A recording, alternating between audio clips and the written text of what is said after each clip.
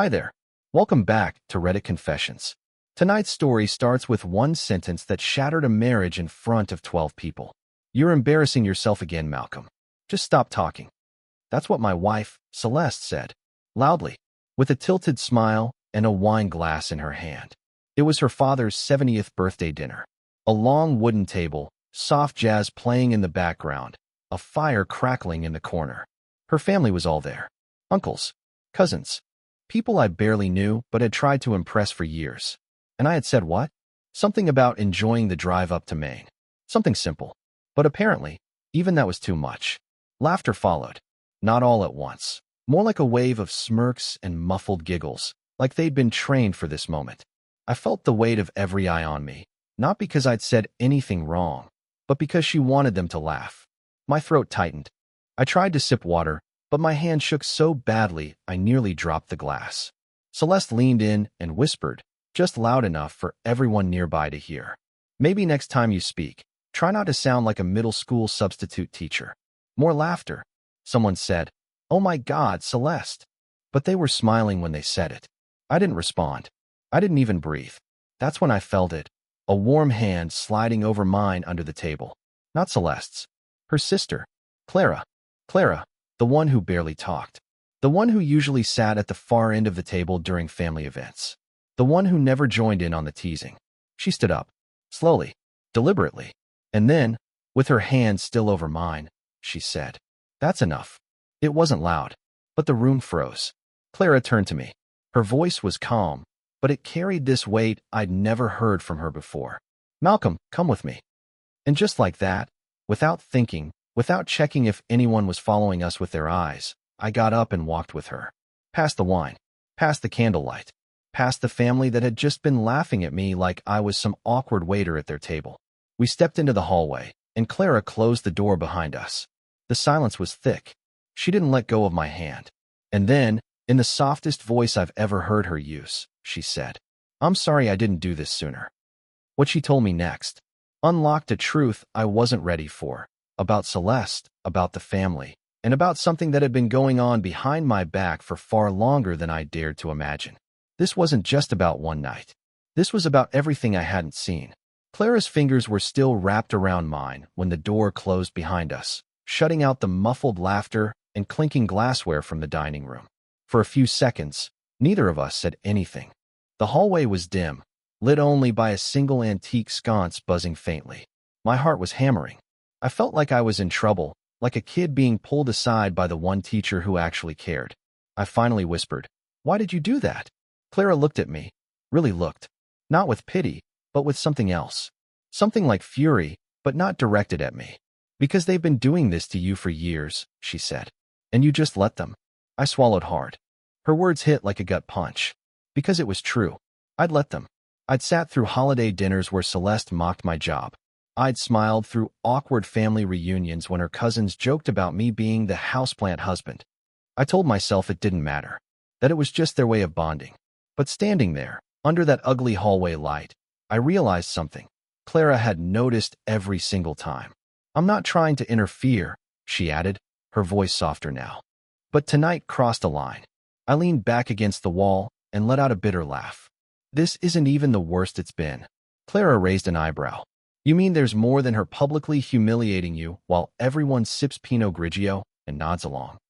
She said it so dryly, so casually, that I actually cracked a smile. First one in weeks. Then her expression changed. "Listen, I wasn't going to say anything," she continued, looking down at her shoes. "But I saw something a few weeks ago. At that rooftop event, the one I invited you to, but you said Celeste didn't want to go?" "Yeah," I said slowly. "She told me it was pointless to mingle with people who matter." Her words. Clara nodded tightly. "Well, she went anyway. And she wasn't alone." I felt the blood drain from my face. She didn't have to say it. She reached into her phone and hesitated, like she was debating whether to show me. I didn't even ask. I didn't want proof, not yet. My gut already knew. My denial was just waiting for permission to collapse. "I think you need to decide what your line is, Malcolm," Clara said, tucking the phone back into her pocket. "Because she crossed mine tonight. And I'm not even married to her." That line haunted me. What was my line? Was it tonight? Was it 5 years ago? Was it the moment I let love excuse cruelty? I asked her, quietly, "Why are you doing this?" "Really?" She paused. Then, "Because you're not invisible. You just act like you are."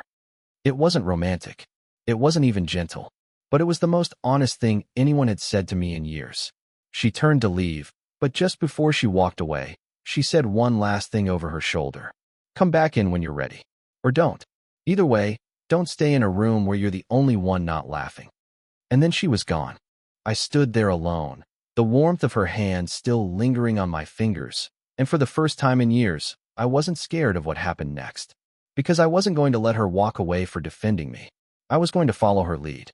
And then, I was going to confront the woman who turned my life into a stage, where I played the fool, and she took center spotlight. I stood in that hallway a little longer than I probably should have. I could hear the sounds of clinking glasses and muffled laughter resuming behind the door. Like nothing had happened. Like I hadn't just been publicly humiliated for the 100th time. Like Clara hadn't dragged me away like someone pulling a man from a burning wreck. And maybe that's exactly what it was. A wreck. One that had been on fire for years while I sat quietly in the passenger seat, staring out the window, pretending the smoke didn't smell like betrayal. I straightened my shirt. My fingers were still trembling, but not from fear anymore. It was something else.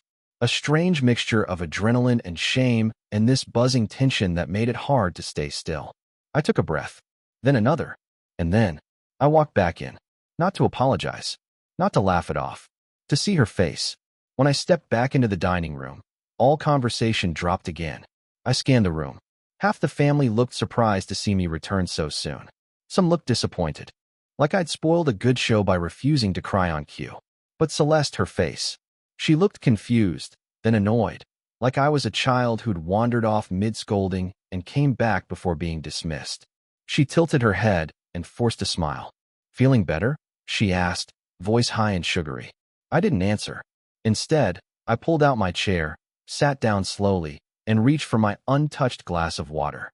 Clara reappeared a moment later. She didn't sit across the table where she had before. No, she took the seat right next to me. No hesitation. Just slid into place like it was where she belonged. Celeste saw it, and something in her expression cracked. "Clara," she said flatly. "Sister," Clara replied, with a tone I'd never heard her use before. Calm, icy. Someone, I think it was Celeste's cousin, awkwardly asked about a work project, clearly trying to change the subject. But the atmosphere had shifted. Everyone felt it. Like the air in the room had thickened and no one could quite swallow. And then Clara, in the middle of that silence, did something so simple and yet so loud. She leaned over and wiped a smudge off my glasses. That's it. That's all she did. But to Celeste, it was war. "Can we not make this a pity parade?" Celeste said sharply. "Malcolm knows I was joking. Don't make this dramatic." I looked at her for the first time since returning. And I said, without raising my voice, "I don't think you even know when you're joking anymore." That landed hard. Celeste blinked. Her mother gasped lightly. Her father shifted uncomfortably in his seat. "What is that supposed to mean?" Celeste shot back. "It means you've made a habit of making me small in front of the people you care about most," I said, still calm. "And I'm just now realizing that includes me." Clara didn't look at me. She didn't have to. Her hand moved below the table and gently rested on my knee. Celeste's jaw clenched. She looked around the table, as if searching for someone to jump in, to support her, to laugh. But no one did. It was finally quiet. I pushed my chair back and stood again. "I'm taking a walk," I said, not asking anyone's permission this time. Clara stood too. Celeste's voice cracked. "Seriously?" And this time, I looked at her, truly looked, and said something I never thought I'd have the nerve to say aloud. "I used to think you were the best part of my life. But now I'm wondering if you've just been the loudest part." And then I left. With Clara. Again. But this time, I wasn't being pulled away. I was walking out on my own. What I found on that walk, and what Clara admitted to me under the stars, near the edge of the quiet lake behind the house, flipped my entire world inside out. Because it turned out, Clara knew more than just my pain. She knew Celeste's secret. We walked toward the lake in silence. Clara's boots crunched softly against the gravel path, and I kept my hands stuffed in my coat pockets like that would stop them from shaking. The night was colder than I expected. Or maybe I just hadn't been outside in a while. I hadn't really been anywhere in a while, now that I think about it. The water was still, glassy, like it was holding its breath for us. Clara stopped near the edge, just where the porch lights couldn't quite reach, and folded her arms across her chest. "I wasn't planning to tell you this here," she said, her voice barely above a whisper. "But I can't stand watching you get eaten alive by a woman who thinks cruelty is charm." My mouth was dry. "You're talking about Celeste?" She nodded slowly. "And I'm talking about what she's been hiding." I didn't respond. I didn't ask what. I couldn't. My gut already knew it was bad, and a part of me still hoped it wasn't what I feared. That maybe it was just something petty, a financial secret, a private conversation, anything but what I'd suspected for a long time, but never dared to say aloud. "She's been seeing someone," Clara said finally, slicing through the silence like a scalpel. The world tilted. It shouldn't have hit me that hard. Deep down, I think I always knew. But hearing it from someone else, someone who saw it, stripped away my last thread of denial. "She told him you were a sad obligation," Clara continued. She laughed when she said it, like it was some joke. I was standing maybe 10 feet away. She didn't even care. I didn't speak. My chest burned, not just from the cold, but from every moment over the last 3 years I'd let myself believe she was just tired, or stressed, or distant because of work. Every time I brought her dinner to her office. Every time I massaged her shoulders when she said she had a headache. Every time she pulled away and I told myself not to push. "Do you know who it is?" I asked eventually, the words sticking to my tongue like they were afraid to come out. Clara hesitated. "Yes, and you do too." I turned to her, eyes wide. "Who?" She looked down at her boots. "Someone from her office. His name's Jonah." The name dropped like a weight into my stomach. Jonah. Her mentor. Her creative partner.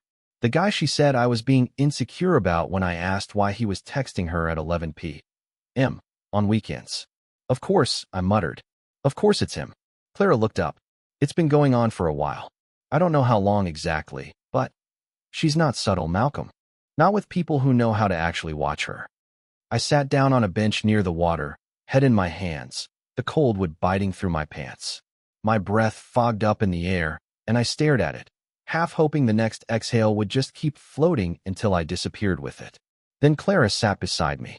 Close, but not too close. Like she knew I needed both presence and space. "Why did you tell me?" I asked. "Why now?" "Because you needed someone to stop pretending this was normal. And because you're not the only one she's hurt." I turned to her, confused. "What do you mean?" She hesitated again. "Years ago, when I was dating someone I was really serious about, Celeste went behind my back. Said things to him that pushed him away. Personal things. Embarrassing things. Things I only ever told her. She thought I didn't know. But I did. She has this habit. Malcolm, she makes people feel like they owe her, then turns them into jokes the moment they're vulnerable." I didn't know what to say. And then, as if to shatter what little composure I had left, Clara looked at me and said, "She doesn't get to do that to you anymore. Not if I can help it." I blinked. "Why do you care so much?" She didn't smile. She didn't look away. "Because I see you," she said. "And I'm tired of watching the one decent man in this family disappear right in front of everyone." I didn't know what to do with that. With her words. With the truth she carried. So I did something I hadn't done in a long time. I leaned on someone. Literally. I rested my shoulder against hers. And she let me. We sat like that for a while, watching the wind ripple across the lake. But even in the quiet, I could feel something stirring. Something dangerous. Because the next day, Clara confronted Celeste, without telling me. And what Celeste said to her, it made everything worse. I didn't sleep much that night. Not that I expected to. After what Clara told me by the lake, sleep felt like something that belonged to someone else. Someone unaware, someone still comfortably lied to. I lay awake in the guest room of Celeste's parents' house, staring at the ceiling fan, which made a low ticking sound that never quite lined up with its rotation. Like even it was trying to warn me things weren't spinning the way they should. Clara didn't stay the night. She left quietly after we returned to the house, giving me a look that said, "You're not alone," and I needed that more than I can explain. The next morning, I tried to avoid everyone. I skipped breakfast, pretended to be busy packing, and ignored 3 missed calls from Celeste. Not because she cared, I knew that much by now, but because she probably wanted to know how much damage Clara had done. What I didn't expect was for Clara to go straight to her that morning. Alone. I didn't even find out until later that day. When Celeste came storming into the room we were supposed to be sharing and slammed the door so hard the window rattled. "You sent her to do your dirty work now," she snapped, arms crossed, wearing that same robe she always wore when she wanted to pretend things were still normal between us. "That's how you're handling this." I blinked at her. "What are you talking about?" "Oh, don't act like you don't know," she hissed. "Clara came to me this morning, like some knight in shining self-righteousness, telling me how broken I've made you. Please, like anyone needs to break what's already cracked." That last line stung more than I'd admit, but I stayed quiet, waiting for her to keep digging. "She cornered me in the sunroom," Celeste went on. "In front of my mother, no less. Said she knew about Jonah. Said I owed you the truth." I could feel my fingers curling into fists at my sides, not from rage. I wasn't even angry, but from some deeper emotion that didn't have a name. Something like mourning. The death of dignity.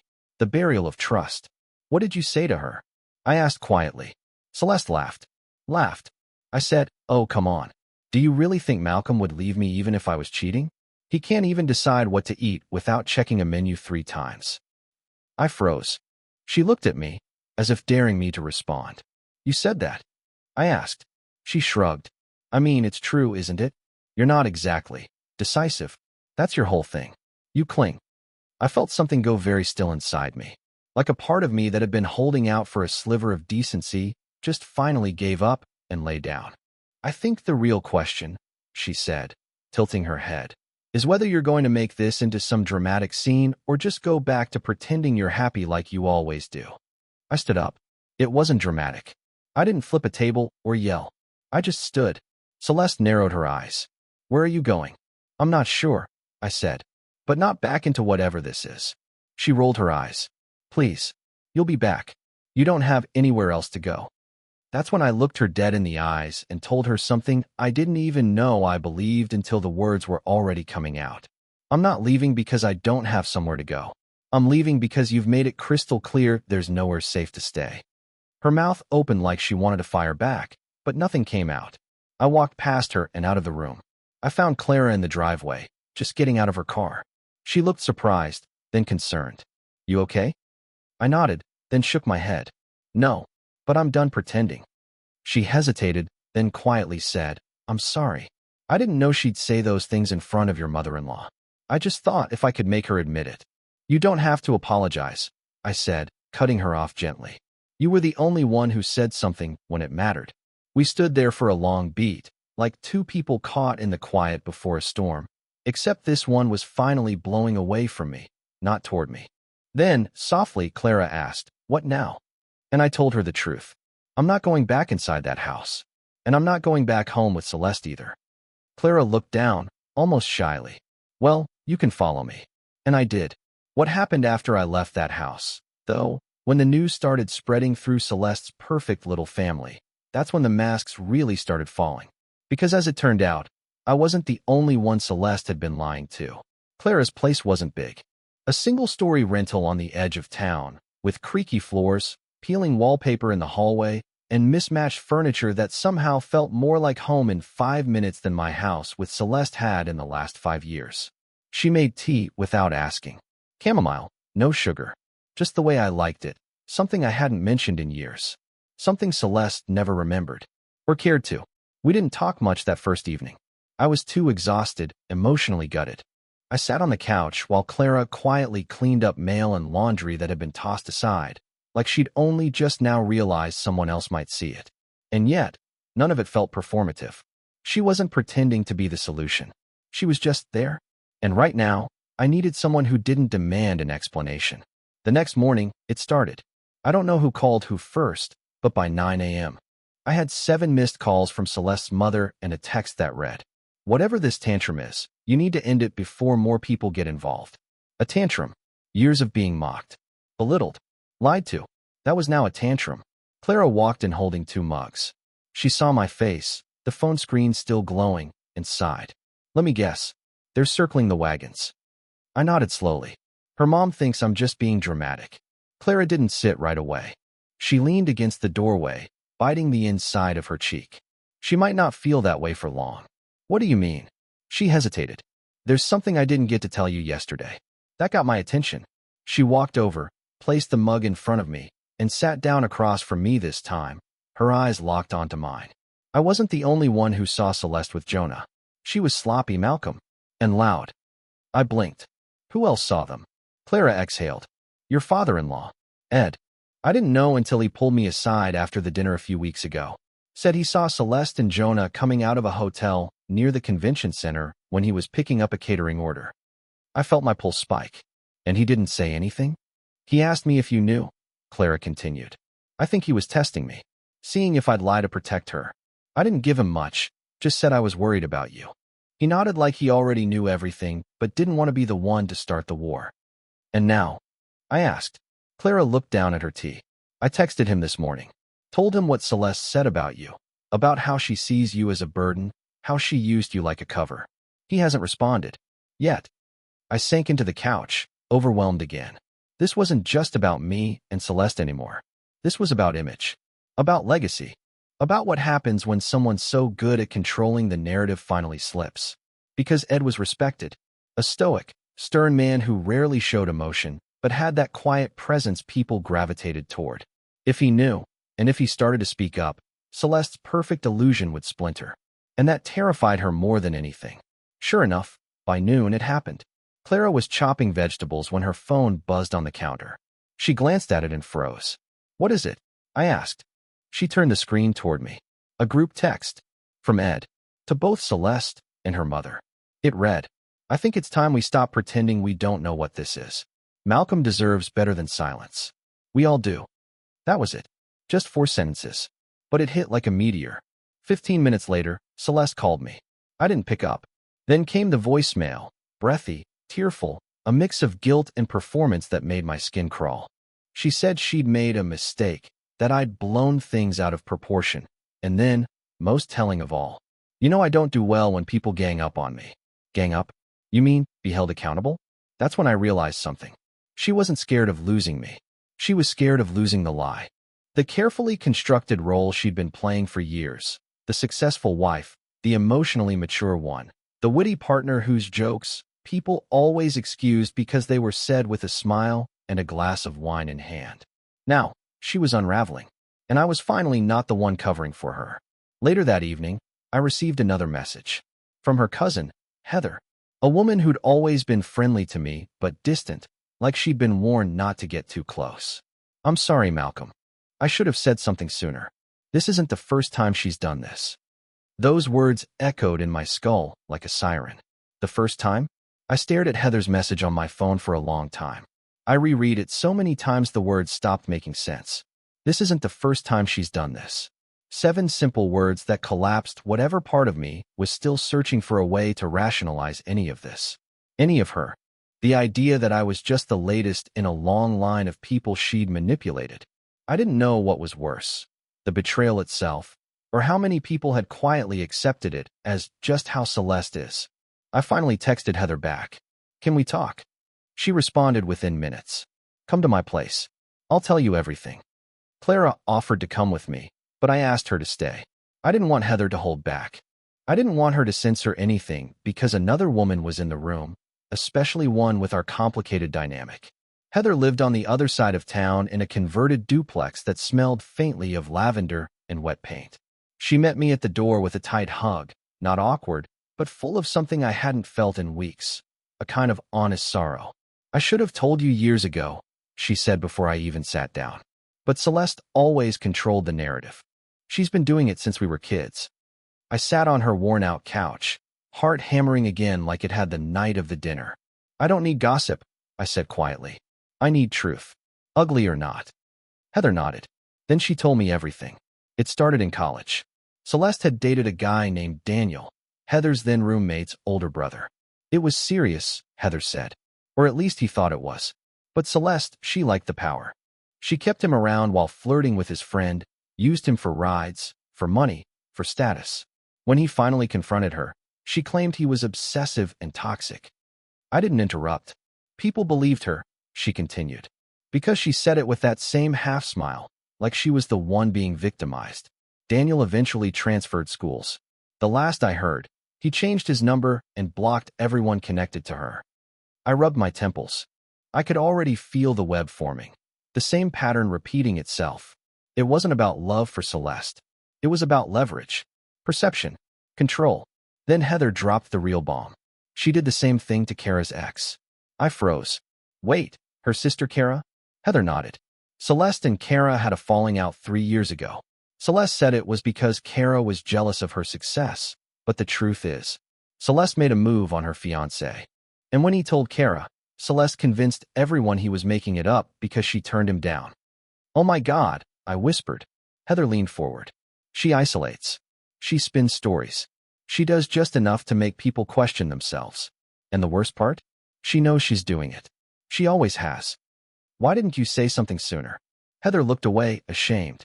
Because she threatened to tell my boss something I said in confidence years ago, a mistake I made during an internship.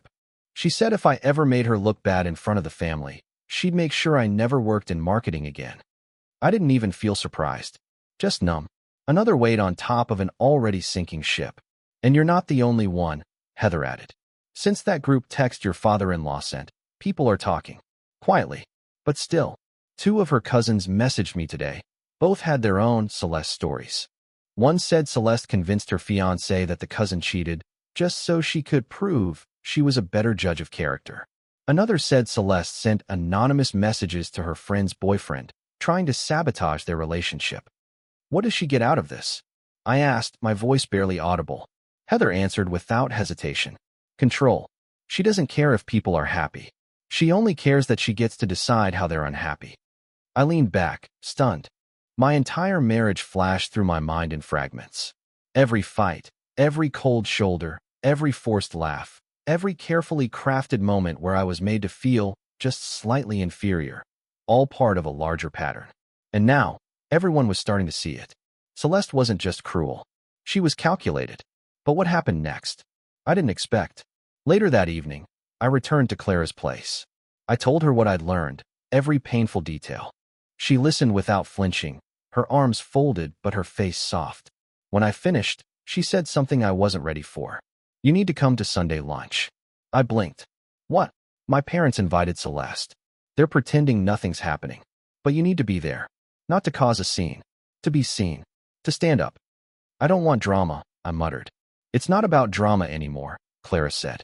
It's about ending the performance. I hesitated, then slowly nodded. And when Sunday came, I walked into that room not as the quiet, apologetic husband they'd always seen me as, but as the man finally ready to speak. I showed up to Sunday lunch exactly on time. Not early, not eager, just steady. Clara pulled into the driveway 5 minutes after me, and when we walked in together, every head at the table turned. It was as if the air itself thickened. Her father stood when he saw us. Her mother froze mid-pour of the orange juice. And Celeste, seated at the far end, in a powder blue blouse I used to love on her, stiffened like she'd just seen a ghost. No one said a word for a full 10 seconds. Then her mother forced a smile and said, Malcolm, you're here. We weren't sure if you were coming. I was invited, I said calmly. And I figured it was time to stop being the one who hides. I took a seat, directly across from Celeste. Her eyes locked on mine. There was no apology in them. No regret. Only calculation, still flipping through options like flashcards in her mind, trying to predict what I'd say next. Clara sat beside me, quiet but present. A silent pillar. I didn't need backup. I just needed someone who knew the truth to be in the room. The meal began awkwardly. Small talk, fumbled conversation. Someone asked about a new movie. Someone else pretended to care about weather patterns. But tension buzzed under every bite. Finally, halfway through dessert, Ed, her father, cleared his throat. I think, he said, looking straight at Celeste, there's been enough pretending.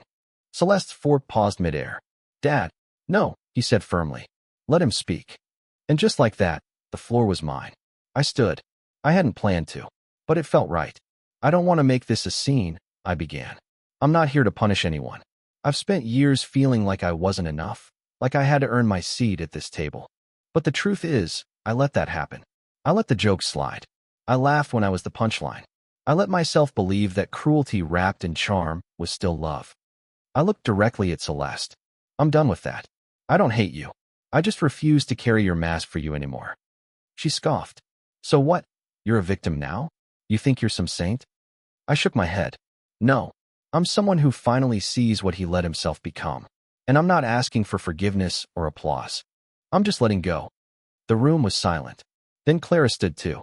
He's not the only one who sees it, she said. And he won't be the last. Celeste stood, her chair screeching against the floor. You people are ridiculous. You don't get to rewrite history just because he's suddenly grown a spine. But no one stood with her. Not her mother. Not her cousins. Not even Ed. She looked around, eyes darting, searching for allies. There were none. And then she left. No screaming. No final word. Just grabbed her bag, slammed the door behind her, and vanished. I didn't celebrate. I didn't gloat. I just exhaled. Later, as Clara drove me home, or rather, to what was now home, I realized something I hadn't felt in a long time. I wasn't angry anymore. Just free. And for once, I was finally okay with not looking back. Thank you for watching this story unfold on Reddit Confessions. Have you ever witnessed someone's carefully built lie collapse in front of everyone? Or maybe you've had a moment where you found your voice after years of silence. Let us know in the comments below. Your stories mean more than you know. And remember, being quiet doesn't mean being weak, but staying silent when you deserve better. That ends today. We'll see you in the next one.